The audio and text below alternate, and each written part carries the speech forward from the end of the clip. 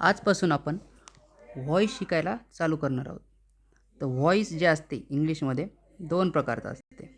एक आहे, पहिला प्रकार कोणता आहे, त्याला तुम्ही काय म्हणणार, ॲक्टिव्ह व्हॉईस.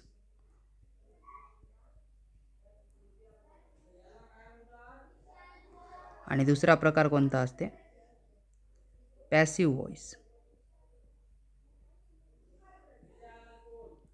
ॲक्टिव्ह व्हॉईस आणि पॅसिव्ह व्हॉईस. ॲक्टिव्ह व्हॉईस काय असते, ज्याच्यामध्ये जे इंग्लिशमध्ये आपण पाहिलं टेन्समध्ये, तर सब्जेक्ट होता, व्हर्ब होता आणि ऑब्जेक्ट होतं. तर ॲक्टिव्ह व्हॉईसमध्ये काय असते, सब्जेक्ट जे असते ते पहिल्यांदा असते आणि नंतर काय असते व्हर्ब आणि शेवटी काय असते ऑब्जेक्ट. तर अशी रचना असते ॲक्टिव्ह व्हॉईसमध्ये. पण पॅसिव्ह व्हॉईसमध्ये कसं असते, याच्या उलटं असते. आधी काय असते पॅसिव्ह व्हॉईसमध्ये, ऑब्जेक्ट आधी असते, त्याच्यानंतर व्हर्ब येणार आणि शेवटी काय येते, सब्जेक्ट येते. तर व्हॉईसला बघा मराठीमध्ये काय म्हणतात, व्हॉईसला मराठीमध्ये म्हणतात प्रयोग. मराठी व्याकरणामध्ये व्हॉईसला काय म्हणतात, प्रयोग. आणि मग आता दोन प्रयोग पडतात, एक ॲक्टिव्ह व्हॉईस. तर ॲक्टिव्ह व्हॉईसला मराठीमध्ये काय म्हणतात, ॲक्टिव्हला म्हणतात कर्तरी आणि व्हॉईसला काय म्हणतात, प्रयोग. कर्तरी प्रयोग. कर्तरी प्रयोग म्हणजे काय बघा, कर्तरी म्हणजे काय, कर्ता. तर कर्ता जर पहिल्यांदा येत असेल तर त्याला काय म्हणतात, कर्तरी प्रयोग. म्हणजे कोण आहे, ॲक्टिव्ह व्हॉईस. काय यायला पाहिजे पहिल्यांदा, सब्जेक्ट. म्हणजे जे कोणी काम करणार आहे त्याला कर्ता म्हणतात. सब्जेक्ट जे आहे ते तुमचं वाक्यामधलं जे काम आहे ते कोण करत असते, ते कर्ता करत असते. आणि ते जर पहिल्यांदा येत असेल वाक्यामध्ये तर त्याला म्हणतात ॲक्टिव्ह व्हॉईस. पण पॅसिव्ह व्हॉईसला काय म्हणतात मराठीमध्ये, कर्मणी प्रयोग. कर्मणी प्रयोग. तर कर्मणी प्रयोग काय असते, ज्याच्यामध्ये वाक्यातलं काम, कर्म आधी येते बघा. कर्म म्हणजे ऑब्जेक्ट म्हणजे काय असते, कर्म. तर कर्म आधी येत असेल तर त्याला काय म्हणतात, कर्मणी प्रयोग. तर जेव्हा ऑब्जेक्ट आधी येते आणि नंतर व्हर्ब येते आणि सगळ्यात शेवटी जर सब्जेक्ट येत असेल तर त्याला म्हणतात पॅसिव्ह व्हॉईस. तर आता जेव्हा तुम्ही टेन्सचे वाक्य बघितले तर त्याच्यामध्ये म्हणून मी तुम्हाला म्हटलं होतं की तुम्हाला सब्जेक्ट आणि ऑब्जेक्ट ओळखणं खूप महत्त्वाचं आहे. कारण आता तुम्हाला व्हॉईस चेंज करताना ऑब्जेक्ट ओळखायचं असते आणि जे शेवटी ऑब्जेक्ट आहे ॲक्टिव्ह व्हॉईसचं पॅसिव्ह व्हॉईस करताना ऑब्जेक्ट जर शेवटी असेल ॲक्टिव्ह व्हॉईसमध्ये तर पॅसिव्ह व्हॉईस करताना त्याला स्टार्टिंगला आणायचं असते. तर व्हॉईस जे आहे ते वेगवेगळ्या वाक्याच्या प्रकारानुसार आणि वेगवेगळ्या टेन्सनुसार वेगवेगळं होते. तर आता आपण सुरुवातीला फक्त कोणाचं व्हॉईस बघणार आहोत, सुरुवातीला फक्त आपण असरेटिव्ह सेंटेन्सचं व्हॉईस चेंज करणार आहोत.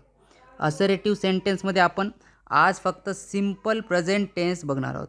सिम्पल प्रेझेंट टेन्समध्ये मी वाक्य दिलेले आहेत ॲक्टिव्ह व्हॉईसमध्ये आणि तुम्हाला ते करायचे चेंज द व्हॉईस प्रश्न येते आणि ॲक्टिव्ह व्हॉईस दिला असेल तर तुम्हाला काय करावं लागणार आहे, त्याला पॅसिव्ह व्हॉईस करावं लागते.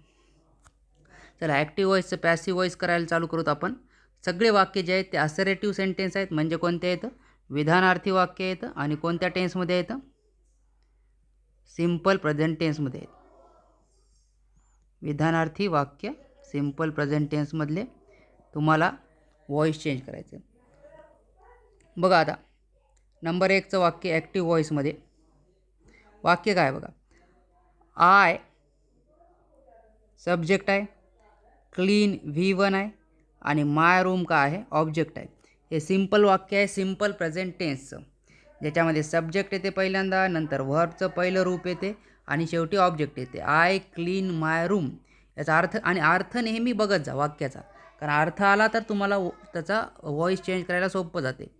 आय म्हणजे मी, क्लीन म्हणजे स्वच्छ केली, माय रूम म्हणजे माझी रूम. तर मी माझी रूम स्वच्छ केली. बघा स्वच्छ करायचं काम कोण करायलो, मी करायलो. म्हणजे आय करायलं, सब्जेक्ट करायलं आणि ते पहिल्यांदा आलं म्हणून याला काय म्हणतात, ॲक्टिव्ह व्हॉईस. याच्यामध्ये सब्जेक्ट कसा आला, पहिल्यांदा आला आणि जे ऑब्जेक्ट आहे ते शेवटी आला. आता पॅसिव्ह व्हॉईस करताना आपला, आता बघा जे सिम्पल प्रेझेंट टेन्सचं वाक्य असते असरेटिव्ह सेंटेन्समध्ये, ॲक्टिव्ह व्हॉईसमध्ये त्याची रचना अशी असते S+V1+O. पण पॅसिव्ह व्हॉईसमध्ये त्याचा फॉर्म्युला कसा असते बघा. मी आधी फॉर्म्युला लिहितो. पॅसिव्ह व्हॉईसमध्ये आधी येणार ऑब्जेक्ट, त्याच्यानंतर प्लस येणार ऑब्जेक्ट, नंतर येते हेल्पिंग वर्ब. बघा सिम्पल प्रेझेंट टेन्स जरी असेल तरी वाक्य पॅसिव्ह व्हॉईस करताना त्याच्यामध्ये हेल्पिंग वर्ब येते. त्याच्यानंतर येणार V3. बघा सिम्पल प्रेझेंट टेन्सच आहे पण पॅसिव्ह व्हॉईसमध्ये नेहमी काय येते, व्हर्बचं तिसरं रूप येते. आणि त्याच्यानंतर शेवटी काय येणार, त्याच्यानंतर येणार बाय आणि सगळ्यात शेवटी काय येते, सब्जेक्ट. तर हे आहे फॉर्म्युला पॅसिव्ह व्हॉईसचा कोणत्या टेन्सचा? Simple present tense. आता एक एक गोष्टी घेऊत आपण. बघा ऑब्जेक्ट काय वरच्या वाक्यामध्ये बघा माय रूम आहे, तर माय रूम घ्या जशाला तसं. माय रूम घेतलं तुम्ही ऑब्जेक्ट. त्याच्यानंतर बघा हेल्पिंग वर्ब घ्या म्हणते. आता मी सिम्पल प्रेझेंट टेन्समध्ये हेल्पिंग वर्ब कोणते असते तिथं लिहून ठेवतो. बघा हेल्पिंग वर्ब कोणते असतात?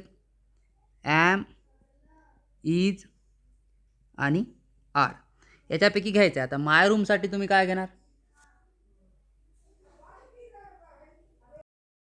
तर माय रूम जे आहे ते सिंग्युलर आहे, म्हणजे एकवचनी आहे. तर एकवचनीसाठी काय आहे ते नेहमी हेल्पिंग वर्ब इज.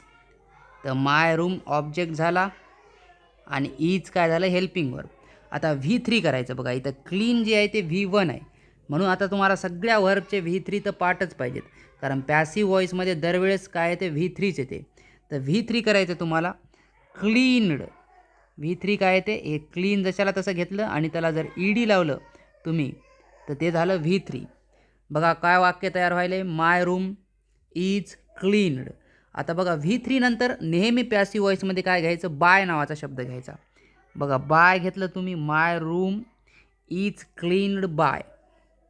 आता इथं थोडंसं लक्ष द्या, कारण जेव्हा सब्जेक्ट येते, आता सब्जेक्ट जशाला तसा इथं आपल्याला आय लिहिता येत नाही.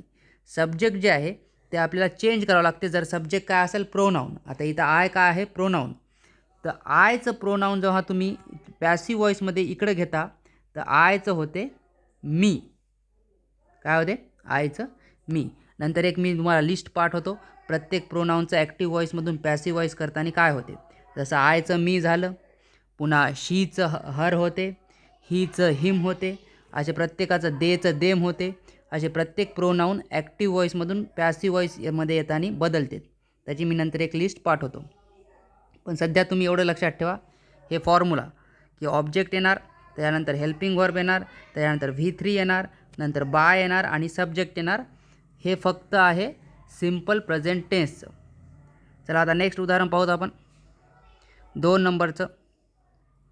बघा हे वाक्य कोणतं आहे? परत एकदा सांगायला मी, हे वाक्य आहे सिम्पल प्रेझेंट टेन्स. कोणतं आहे वाक्य? शी मेक्स अ केक, म्हणजे ती एक केक बनवते. S + V1 + object simple present टेन्सचं वाक्य आहे. आता हे आहे ॲक्टिव्ह व्हॉईसमध्ये, कारण बघा सब्जेक्ट जे आहे ते पहिल्यांदा आहे. तुम्हाला आता इथं मी लिहिलं ॲक्टिव्ह व्हॉईस, AV म्हणजे ॲक्टिव्ह व्हॉईस. आता त्याचं तुम्हाला काय करायचं? PV म्हणजे काय करायचं? Passive voice. आता पॅसिव्ह व्हॉईसमध्ये आत्ताच मी तुम्हाला सांगितलं होतं ॲक्टिव्ह व्हॉईसचं पॅसिव्ह व्हॉईस करताना तुम्हाला फॉर्म्युला मी लिहून दिला होता. आता काय होता की पहिल्यांदा तुम्हाला ऑब्जेक्ट घ्यायचं आहे. ऑब्जेक्ट घ्या. ऑब्जेक्ट आहे अ केक. ऑब्जेक्ट घेतला, त्याला ऑब्जेक्ट अंडरलाईन करायचं. त्याच्यानंतर तुम्हाला घ्यावं लागते हेल्पिंग वर्ब. आता अ केक एकच केक आहे, एकवचनी आहे, म्हणून हेल्पिंग वर्ब काय येते? एकवचनीसाठी इज. अ केक घेतलं, इज घेतलं हेल्पिंग वर्ब. त्याच्यानंतर बघा V3 माहीत पाहिजे तुम्हाला. आता मेकचं V3 काय असणार आहे? मेकचं V3 आहे मेड. सगळ्या व्हर्बचे तुम्हाला V3 आता पाठ पाहिजेत, कारण पॅसिव्ह व्हॉईसमध्ये दरवेळेस काय येते? V3 येते. बघा इथं मी मेकचं V1 V2 V3 लिहून ठेवतो. मेक V1 आहे आणि मेड V2 पण आहे आणि V3 पण काय आहे? मेडच आहे. तर वाक्य काय झालं? अ केक इज मेड. V3 घेतलं आणि त्याच्यानंतर मेड नंतर V3 नंतर काय येत असते? बाय. तर बाय घेतलं आणि मी आत्ता सांगितलं होतं बघा इथं प्रोनाऊन काय? शी. शीचं इकडे येताना काय होते? शीचं नेहमी होते हर. काय होते? हे सब्जेक्ट इथं शी होता ॲक्टिव्ह व्हॉईसमध्ये, पॅसिव्ह व्हॉईसमध्ये येताना काय होते? त्याचं हर होते, शीचं her. A cake is made by her. याचा अर्थ काय होते? की एक केक तिच्याकडून बनवल्या गेला. हे वाक्य उलट आहे. याचं बघा ॲक्टिव्ह व्हॉईसचा अर्थ काय होते? की तिने एक केक बनवला. पण पॅसिव्ह व्हॉईसमध्ये अर्थ कसा होते? की एक केक तिच्याकडून बनवल्या गेला. जे केक ऑब्जेक्ट आहे ते आधी येते आणि सब्जेक्ट जे आहे ते नंतर येते. चला आता तिसऱ्या नंबरचं वाक्य बघा. हळूहळू प्रॅक्टिस करा, तुम्हाला फॉर्म्युला पाठ होऊन जाईल आणि नंतर तुम्हाला कळेल की V3 कधी घ्यायचं, बाय कधी घ्यायचं, प्रोनाऊन कसे बदलायचे. तर प्रॅक्टिस होऊन जाते. नंबर 3चं वाक्य बघा ॲक्टिव्ह व्हॉईसमधलं. He kills a deer. He subject आहे, किल्स म्हणजे मारणे हे वर्ब आहे डीर म्हणजे काय आहे, हरण. तर त्याने एक हरण मारते म्हणजे मारले. तर हे जे वाक्य आहे ॲक्टिव्ह व्हॉइस, कारण याच्यामध्ये सब्जेक्ट पहिल्यांदा आहे आणि वाक्य आहे सिम्पल प्रेझेंट टेन्सचं. Simple present tense.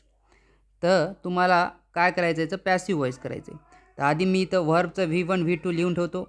किल जे आहे ते V1 आहे आणि किल्ड जे आहे ते आहे V2 आणि V3. बघा आता पॅसिव्ह व्हॉइस करायचं तुम्हाला. पॅसिव्ह व्हॉइस करताना पहिल्यांदा तुम्ही काय घेणार, पहिल्यांदा तुम्ही घेणार ऑब्जेक्ट. ऑब्जेक्ट काय आहे, अ डीर. त्याच्यानंतर तुम्ही घेणार हेल्पिंग वर्ब. आता हे ऑब्जेक्ट एकवचनी असल्यामुळे हेल्पिंग वर्ब काय ते इज. त्याच्यानंतर तुम्ही काय घेणार V3. किलचं V3 काय ते किल्ड.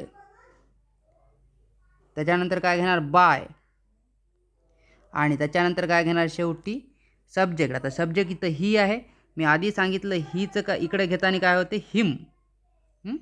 तर प्रोनाऊन जर असतील सब्जेक्ट तर ते बदलते, नाऊन असतील तर जशाला तसेच घ्यायचे. पण प्रोनाऊनचे काय होते विभक्ती बदलते, त्याला काय म्हणतात विभक्ती. हीचं होते हिम. चला अंडरलाईन करा. ही काय आहे हेल्पिंग वर्ब, किल्ड काय आहे V3, त्याच्यानंतर बाय आणि हिम काय आहे सब्जेक्ट आणि शेवटी काय फुल stop. A deer is killed by him. याचा अर्थ काय होते की एक हरण त्याच्याकडून मारल्या गेला. आणि ही किल्स अ डीर हे ॲक्टिव्ह व्हॉइसमधल्याचा अर्थ काय होते की त्याने एक हरण मारले. तर जर सब्जेक्ट आधी येत असेल तर ॲक्टिव्ह व्हॉइस आणि ऑब्जेक्ट आधी येत असेल तर त्याला काय म्हणते तर पॅसिव्ह व्हॉइस.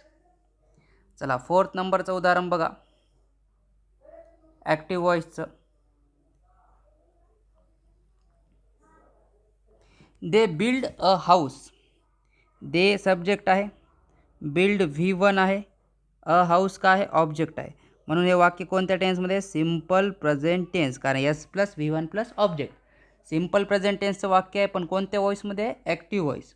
आणि याला तुम्हाला चेंज करून काय करायचं आहे पॅसिव्ह व्हॉइस करायचं आहे. ॲक्टिव्ह व्हॉइस का आहे कारण त्याच्यामध्ये सब्जेक्ट पहिल्यांदा आहे. आता बघा आधी पॅसिव्ह व्हॉइस करायच्या आधी तुम्हाला काय माहीत पाहिजे, याचे वर्ब जे आहे त्याचे V1 V2 आणि V3 माहीत पाहिजे. बिल्ड का आहे V1 आहे आणि V2 आणि V3 का आहे बिल्ट. कळलं.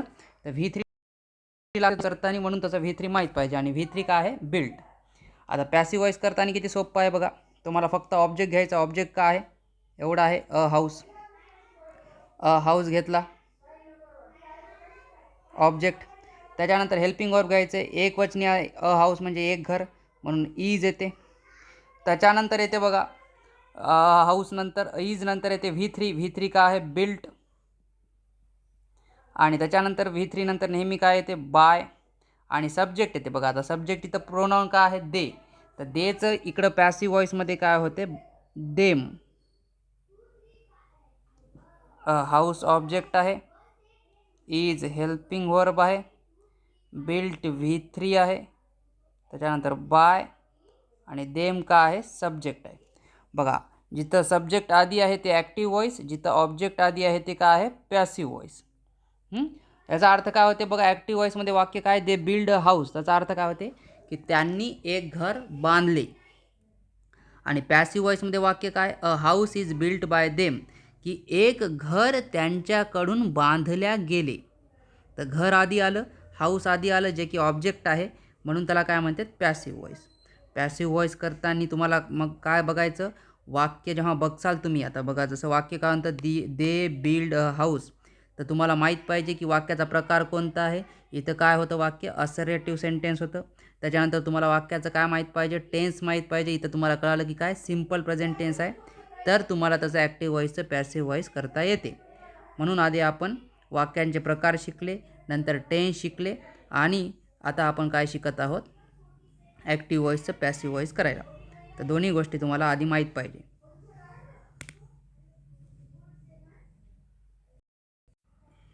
चला 5th नंबरचं उदाहरण पाहूत. ॲक्टिव्ह व्हॉइसमध्ये वाक्य काय आहे बघा. ॲक्टिव्ह व्हॉइसमध्ये वाक्य आहे 5 नंबरचं. राघव सब्जेक्ट आहे, राईट्स V1 आहे, पोयम्स ऑब्जेक्ट आहे. तर राघव राईट्स पोयम्स म्हणजे राघव जे आहे ते कविता लिहितो. पोयम म्हणजे कविता, राईट्स म्हणजे लिहितो. आता इथं आधी व्हर्ब कोणता आहे बघा, राईट आहे, त्याचं V1 V2 V3 लिहून घेत जा. राईट हे काय आहे, V1 आहे. त्याचं V2 काय, WROTE रोट, आणि V3 आहे WRITTEN रिटर्न, हे आहे V3. आता तुम्हाला V1 V2 V3 माहीत झालं आणि तुम्हाला कळालं हे वाक्य कोणत्या टेन्समध्ये आहे. वाक्य आहे बघा सिम्पल प्रेझेंट टेन्समध्ये, कारण subject plus verb 1 plus object हे फॉर्म्युला आहे. म्हणजे वाक्य कोणत्या टेन्समध्ये, सिम्पल प्रेझेंट टेन्समध्ये. तुम्हाला हे पण कळालं वाक्य असर्टिव्ह सेंटेन्स आहे. आता तुम्हाला करायचं त्याचं ॲक्टिव्ह व्हॉईसचं पॅसिव्ह व्हॉईस. तुम्ही काय घेणार, पहिल्यांदा ऑब्जेक्ट. ऑब्जेक्ट कोण आहे, पोयम. पोयम्स ऑब्जेक्ट आहे बघा, हे अनेक वचनी. ऑब्जेक्ट जशाला तसा घ्यायचा, बदल करायचा नाही त्याच्यामध्ये. तर पोयम्स पूर्ण आहे, अनेक वचनी आहे, तर घेतला. आता बघा पोयम्स नंतर त्याच्यासाठी हेल्पिंग वर्ब काय येते, अनेक वचनीसाठी हेल्पिंग वर्ब येते आर. काय ते, आर.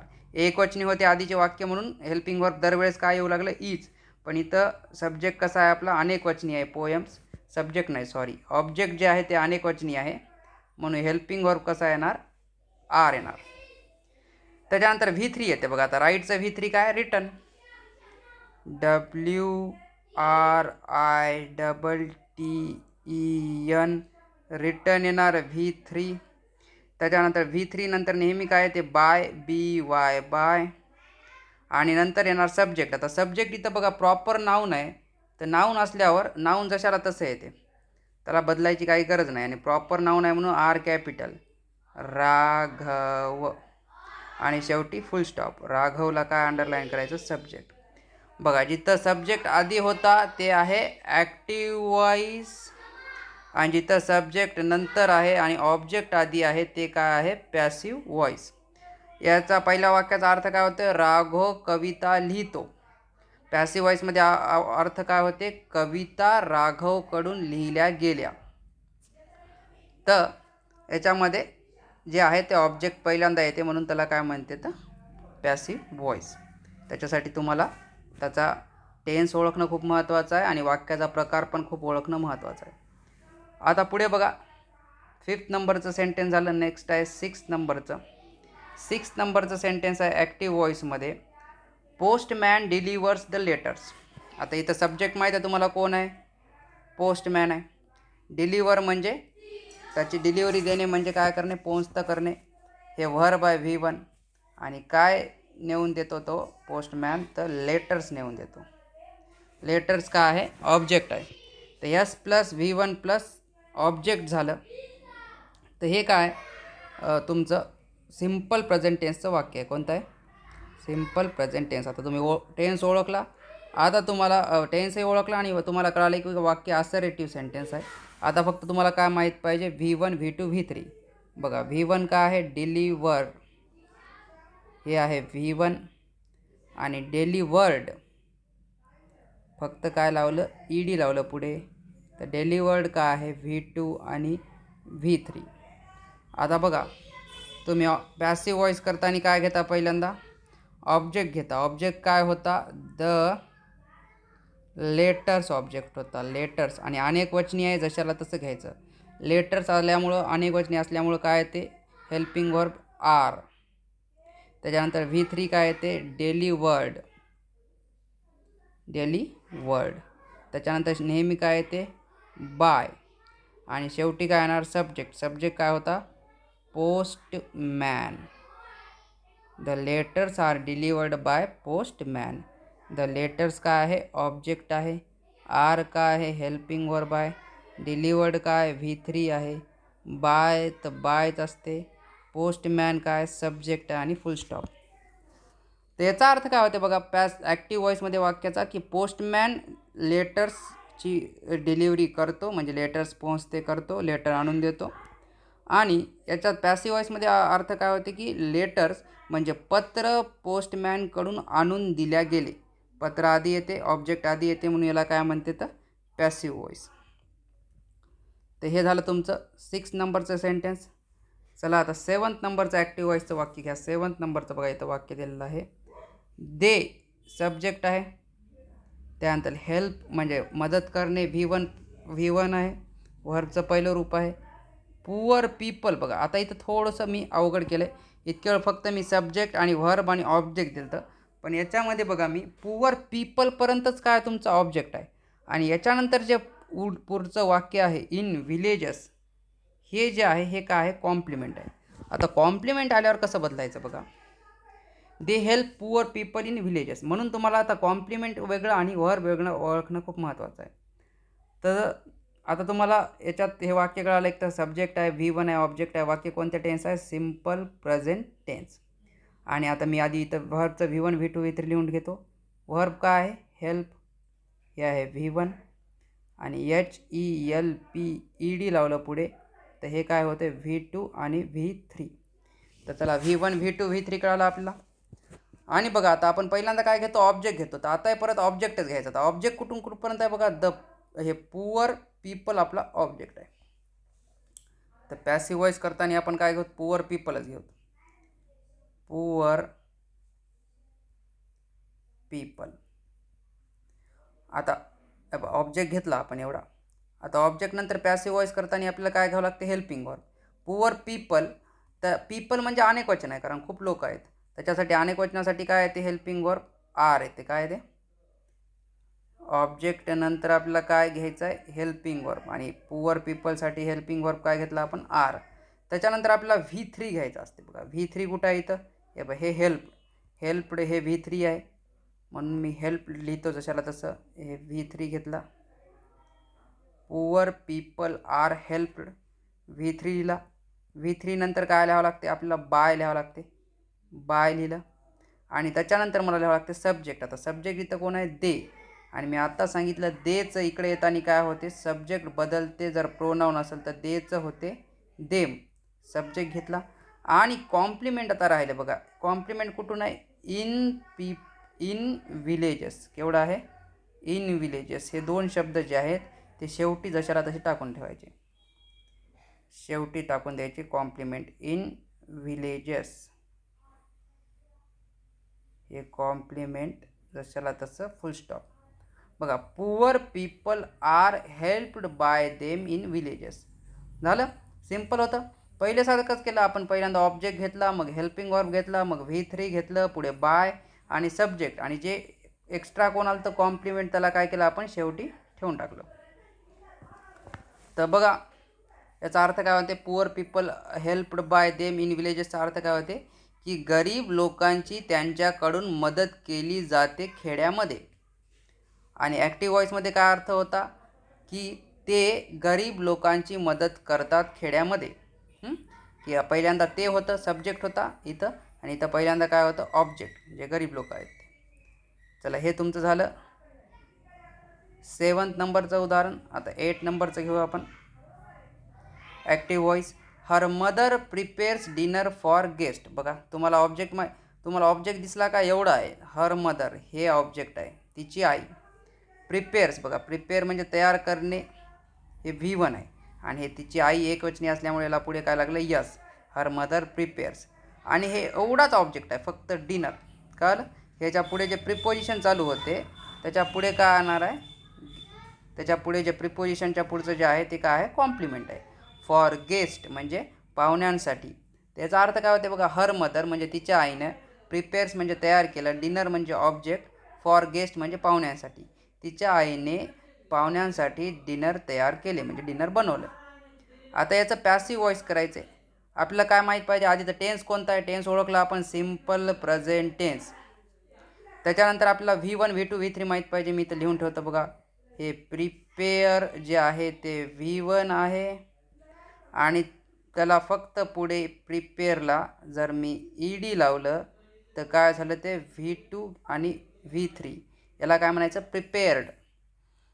आता V1 V2 V3 पण माहीत आहे. चला आता पॅसिव्ह व्हॉइस करताना आपल्याला माहीत आहे. आपण काय घेतो, पहिल्यांदा ऑब्जेक्ट घेतो. फक्त ऑब्जेक्ट बघा. ऑब्जेक्टला मी गोल करतो. ऑब्जेक्ट घ्या आधी, काय, डिनर. पहिल्यांदा घ्यायला म्हणून D कॅपिटल, DINNER, डिनर घेतला.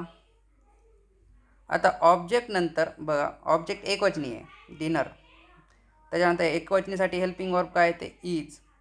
ऑब्जेक्ट नंतर नेहमी हेल्पिंग वर्ब येते, कशामध्ये, पॅसिव्ह व्हॉइसमध्ये. हेल्पिंग वर्ब नंतर V3 येते. आता बघा V3 काय आहे, प्रिपेअर्ड. हे इथं दिसायला, याला मी गोल करतो बघा. V3 काय आहे, प्रिपेअर्ड.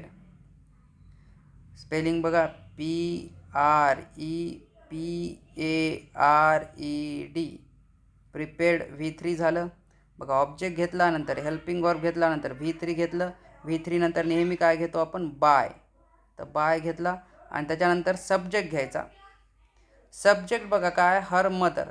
सब्जेक्ट हर मदर आहे. हर मदर सब्जेक्ट जशाला तसा घ्यायचा. हर मदर जशाला तसा घ्यायचा. हर मदर बघा, सब्जेक्ट जशाला तसा घेतला, त्याच्यामध्ये काही चेंज केलं नाही आपण. आणि कॉम्प्लिमेंट आहे शेवटी, जशाला तसं लिहून टाकायचं. कॉम्प्लिमेंट काय होतं बघा, फॉर गेस्ट. शेवटी खाली कॉम्प्लिमेंट लिहून टाकायचं, फॉर गेस्ट. हे आहे तुमचं कॉम्प्लिमेंट आणि फुल स्टॉप. वाक्य काय तयार झालं बघा, dinner is prepared bye her mother for guest. म्हणजे तिच्या आईकडून डिनर बनवल्या गेलं पाहुण्यांसाठी. हे पॅसिव्ह व्हॉइस आहे, कारण ऑब्जेक्ट पहिल्यांदा आलं. आणि ॲक्टिव्ह व्हॉइस काय होतं, हर मदर, म्हणजे तिची आई डिनर बनवते पाहुण्यांसाठी. तर ऑब्जेक्ट सब्जेक्ट पहिल्यांदा आला, ॲक्टिव्ह व्हॉइस. ऑब्जेक्ट पहिल्यांदा आला, पॅसिव्ह व्हॉइस. चला 9th नंबरचं उदाहरण बघा. आता हे बघा, वाक्यातला सब्जेक्ट कोण आहे, शी. वियर्स काय आहे, V1, कारण सब्जेक्ट एकवचनी आहे म्हणून आपल्या वर्बला यस लागलं. अ व्हेरी ब्युटिफुल ड्रेस. बघा, इथपर्यंत ऑब्जेक्ट आहे. कसं कळालं आपल्याला इथपर्यंत ऑब्जेक्ट आहे, कारण या बघा ड्रेसच्या पुढचा शब्द काय, ऑन. ऑन काय आपलं प्रिपोजिशन. प्रिपोजिशनच्या पुढे काय तयार होणार, आपलं कॉम्प्लिमेंट तयार होणार. म्हणून मी ऑनच्या पुढचं काय घेतलं, कॉम्प्लिमेंट घेतलं. बघा, मग काय झालं आपलं, S plus V1 plus object plus complement. तर आपल्याला कळालं वाक्य कोणत्या टेन्समधलं आहे, सिम्पल प्रेझेंट टेन्स, SPT मधलं वाक्य आहे. आता आपल्याला काय माहीत पाहिजे, V1 V2 V3 माहीत पाहिजे. बघा, WEAR हे वियर जे आहे ते V1 आहे, आणि त्याचं V2 असते वोर. वोर, वियर म्हणजे घालणे, ड्रेस घालणे, परिधान करणे. आणि WORN वॉर्न असते V3. आता बघा, आपल्याला V1 V2 V3 पण माहीत आहे, टेन्स पण माहीत आहे, सब्जेक्ट वर्ब ऑब्जेक्ट कॉम्प्लिमेंट पण माहीत आहे. आता बघा, पॅसिव्ह व्हॉइस करायला किती सोपं जाते. पॅसिव्ह व्हॉइस करताना आपण पहिल्यांदा काय घेतो, ऑब्जेक्ट घेतो. मी एवढा मोठा ऑब्जेक्ट जशाला तसा लिहितो. बघा काय होतं, object a very, BEAUTIFUL, a very beautiful dress. Object लिहिला बघा जशाला तसा, काही बदल केला नाही आपण. ऑब्जेक्ट नंतर नेहमी हेल्पिंग वर्ब येते. आता बघा, हे एकच ड्रेस आहे, एक वचनी आहे, म्हणून हेल्पिंग वर्ब काय येते, इज. हेल्पिंग वर्ब नंतर नेहमी V3 येते. बघा, V3 काय आहे, WORN वॉर्न. काय आहे, WORN वॉर्न. V3 पण लिहिलं. V3 नंतर नेहमी काय येते, बाय येते, BY, बाय पण लिहिलं. बाय नंतर नेहमी सब्जेक्ट येतं. आता सब्जेक्ट कोण आहे, शी. बघा, शी प्रोनाऊन आहे. प्रोनाऊन मी आधीच सांगितलं बदलते तिथं अंतानी. शीचं होते बाय हर. काय होते, शीचं नेहमी होणार हर. आणि पुढचा कॉम्प्लिमेंट काय आहे, ऑन हर वेडिंग, जशाला तसं, ऑन हर वेडिंग. हे कॉम्प्लिमेंट आणि फुल स्टॉप. बघा, वाक्य तयार कसं झालं, a very beautiful dress is worn by her on her wedding. तर वाक्य किती पण मोठं असेल तर भ्यायचं नाही. फक्त आपण आपलं बघायचं की ऑब्जेक्ट कोण आहे, हेल्पिंग वर्ब कोण आहे, V3 कोण आहे, आणि सब्जेक्ट वगैरे सगळे अंडरलाईन करायचं. आणि फॉर्म्युला पार्ट ठेवला तर एक एक शब्द फक्त आपण घेत जायचा. तर वाक्य मोठं असल्यानंतर त्याला भ्यायची किंवा कन्फ्यूज व्हायची काही गरज नाही. छोटे छोटे तुकडे केले तर तुम्हाला लगेच ओळखू येणार की त्याचं पॅसिव्ह व्हॉइस कसं करायचं. लास्ट बघूत आता आपण उदाहरण. चला 10th नंबरचं उदाहरण बघा. ॲक्टिव्ह व्हॉइसमध्ये वाक्य काय दिलेलं आहे, डॉक्टर्स सब्जेक्ट आहे, ट्रीट V1 आहे, पेशंट्स काय ऑब्जेक्ट आहे. वाक्य कोणत्या टेन्समध्ये आहे? एस प्लस V1 + O म्हणजे काय? Simple present tense. आणि V1 V2 V3 लक्षात ठेवा. बघा, ट्रीट म्हणजे इलाज करणे हे V1 आहे आणि ट्रीटेड हे V2 आणि V3 आहे. फक्त ईडी लावलं, V2 आणि V3 आहे. बघा, आता पॅसिव्ह व्हॉइस करताना तुम्हाला खूपच सोपं आहे याच्यामध्ये वाक्य, कारण ऑब्जेक्ट घ्यायचा. ऑब्जेक्ट काय आहे? पेशंट आहे. PATIENTS, patients. अनेक वचन आहे म्हणून हेल्पिंग वर्क, सॉरी सब्जेक्ट मी अंडरलाईन केलं, इथं काय येणार? ऑब्जेक्ट येणार. म्हणून हेल्प पेशंट्स नंतर हे अनेक वचनी आहे म्हणून हेल्पिंग वर्क काय येणार आहे? आर येणार आहे. हेल्पिंग वर्क काय झालं? आर. पेशंट्स आर झालं. त्याच्यानंतर काय येणार वाक्यामध्ये? हेल्पिंग वर्क नंतर नेहमी V3 येते. वर्ब काय होतं आपलं? ट्रीट. आणि त्याला V3 केलं तर काय लावलं? ईडी लावलं तर काय झालं? ट्रीटेड. आणि व्हर्बच्या तिसऱ्या रूपानंतर येते बाय. तर बाय घेतलं आणि सब्जेक्ट काय आहे? डॉक्टर्स. तर डॉक्टर्स सब्जेक्ट जशाला तसं, कारण ते काही प्रोनाऊन नाही आहे त्याला बदलायला. बघा, patients are treated by doctors. याचा अर्थ काय होते? डॉक्टर्स ट्रीट पेशंटचा, की डॉक्टर पेशंटचा इलाज करतात. आणि याचा असा अर्थ काय होते? पेशंट्स आर ट्रीटेड बाय डॉक्टर्सचा, की पेशंटचा इलाज डॉक्टरकडून केला जातो. आता होमवर्कमध्ये वाक्य घ्या. सिम्पल प्रेझेंट टेन्सचं वाक्य देतो मी तुम्हाला. ॲक्टिव्ह व्हॉइसचं पॅसिव्ह व्हॉइस करायला. ॲक्टिव्ह व्हॉइसमध्ये वाक्य आहे, यू ईट मँगो. आणि नंबर 2चं वाक्य आहे, दे डू होमवर्क. दोन्ही असर्टिव्ह सेंटेन्स आहेत आणि दोन्ही सिम्पल प्रेझेंट टेन्सचे वाक्य आहेत. तुम्हाला त्याचं पॅसिव्ह व्हॉइस करून यायचं.